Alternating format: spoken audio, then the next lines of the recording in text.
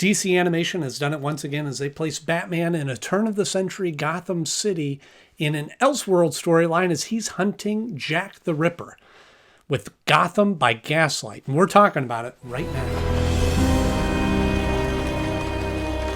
Hello friends, welcome back to the show. So glad that you could join us. And if you're new here, this is a great episode for you to start with. Because as I had mentioned before, there's no episodes of Batman the Animated Series that had been scheduled for this week 25 years ago. So I decided to fill this week with some other special episodes. And one of those is a brand new DC animated movie that just came out last week featuring the story based on a graphic novel, Gotham by Gaslight. Now pay up!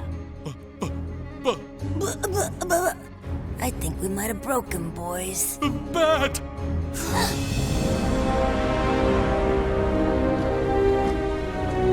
Holy sh! Our main focus here is talking about Batman the Animated Series and the longevity that it has. That here we are 25 years later and they're still releasing content in the form of animated features for Batman the Animated Series. Let's see it!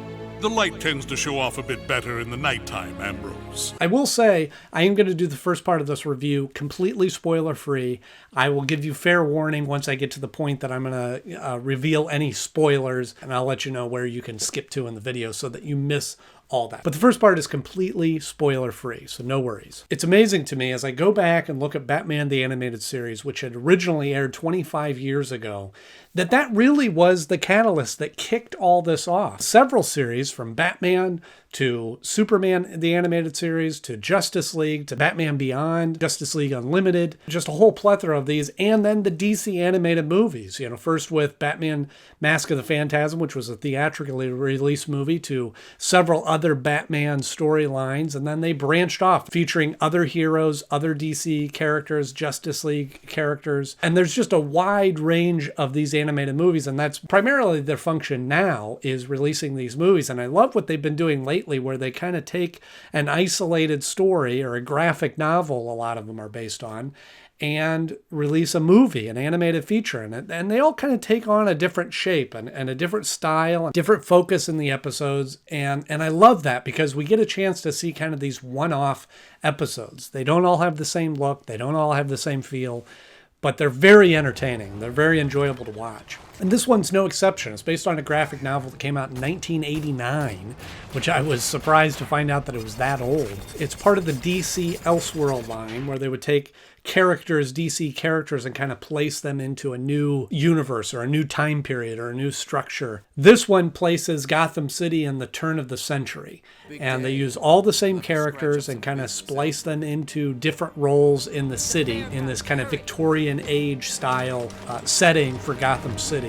I had never read the graphic novel, but after watching this movie, I will definitely be buying the graphic novel to read now. And in fact, once I get that, maybe I'll even do another review on the comic and do some comparisons of the comic versus the movie. But understand that this uninvited visit to my home will not be repeated. So they take Batman and they have him facing off against Jack the Ripper. So just from what I saw from the trailers, I could tell that the design and the look and the animation of this was spectacular. So on the surface of this movie, it was just a lot of fun seeing characters that I'm very familiar with in a different setting and a different design. I love the Batman outfit. Fits with the time period, but still fits enough of the Batman design. I do have to say it was kind of interesting watching this after spending so much time with Batman the Animated, the original Batman the Animated Series. You know, I've gotten used to seeing that early Batman style of animation from the early 90s. And the first time Batman spoke in the movie and Bruce Greenwood's voice came out was a little offsetting. Go home. Am home. Home to mommy. He's a tremendous voice actor and a tremendous Batman. I know that he voiced Batman in a couple of the other animated movies for Batman, and he does a great job. He's no Kevin Conroy, but he does a fantastic job in this and has a great Batman voice for the character. I'm afraid it's unavoidable. But once I got over that, the fun of the episode, see, I'm even calling it an episode. The fun of the movie was hearing all the references and how they used those and how they kind of tied in all the different characters. I love right in the beginning, they introduce this group of orphans without hitting you over the head with it. They're talking to each other, and their names are Jason, Dick, and Tim. You gotta pay the tariff. Ain't that right, Dickie? Name's Jason, remember? They were all around the same age, so they kind of adjusted their age so they'd be friends. Although there was, like Dick was kind of a little bit older and was obviously kind of the leader. Tim was the youngest and Jason was kind of the rebel. So it was fun to see those kinds of things. And Leslie Tompkins played a big role in this and also ran the orphanage. A warm cot is waiting for you and you're out here in the cold? Ugh, you've been at the bottle. So that was just a fun kind of who's who, where's Waldo sort of game to play and trying to catch all these references. And I know that several of them probably flew right by me, but they talk about the prison, Blackgate, Chief Bullock, lots of great references in there. The other thing that was a little different from what I've been used to is that right up at the beginning, the movie's rated R. And I guess I didn't realize that. And right up at the beginning, they show why. I mean, obviously, it's a movie about Jack the Ripper. It would be a challenge to do that safely. Needless to say, there's a lot of blood. There's a lot of violence. There is some gruesome scenes involving Jack the Ripper. There's a little bit of language, but mostly I think that the R rating came from the violence. Even Batman is a pretty brute strength Batman and was breaking bones and really doing some damage to people. And again, one of the things that Batman does really well is that they hit the ground running. They start off the movie with a great action sequence, and then it becomes a great mystery. There's a lot of detective work, which is one of the things I've always loved about Batman. And they really lean into that Sherlock Holmes essence of Batman in how these crimes are happening and who Jack the Ripper is. I ran into your Ripper earlier this evening, approximately 6'3", 250 pounds, left-handed. Good fighter. Trained. Not just a brawler. You didn't happen to see his face, did you? I need your files on the Ripper. Detailed descriptions of the crime scene, photo plates, even profiles from your alienist. The other part that was really enjoyable is that Selena Kyle plays a large role in this. Although she is not Catwoman, she does use the whip, but she's a really strong character in this and a great partner to Batman and Bruce Wayne and plays a great role in this. I'll never have a better chance of stopping that butcher, and you squandered it playing the knight in shining armor. I can take care of myself. They were obviously very selective about which characters that they were going to use and in what roles they were going to use them in this storyline. And I think they made some great choices. Please, don't stop on my account. You know I like to keep a low profile. So I've covered all of the spoiler-free aspects of the story. So if you have not seen the movie yet and do not want to have it ruined or spoiled for you, you can go to the time code right here that'll skip any of the spoiler aspects to get to the end of the video and my final wrap-up. But if you have seen it or don't mind it being spoiler, then you can continue watching because here comes a doozy. Don't be alarmed. So says the man dressed up like a bat.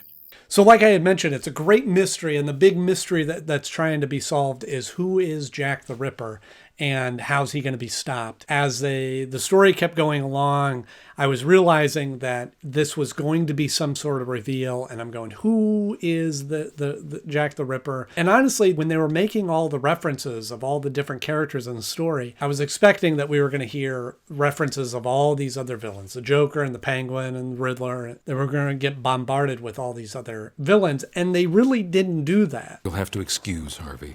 Oh, I know. When he drinks, he's an entirely different person. A regular Jekyll and Hyde. Which I think was a great choice because the focus was on Jack the Ripper. He was the villain. But I had this expectation in the back of my mind that the reveal was going to be that Jack the Ripper was going to be one of these. And I was really, really hoping it wasn't going to be the Joker. That would just be too easy. And it wasn't. It wasn't any of the villains, in fact. It had me guessing up until the minute that Batman walks into James Gordon's house and starts looking around and seeing scratch marks on the floor, finds a hidden room, and goes into the room to find this secret laboratory where James Gordon has been working out of because James Gordon is Jack the Ripper. No! You're not allowed in there! He is working at ridding the city of the poisonous effects of women in the city, particularly wives, as he has burned his own wife to try to remove the sin from her.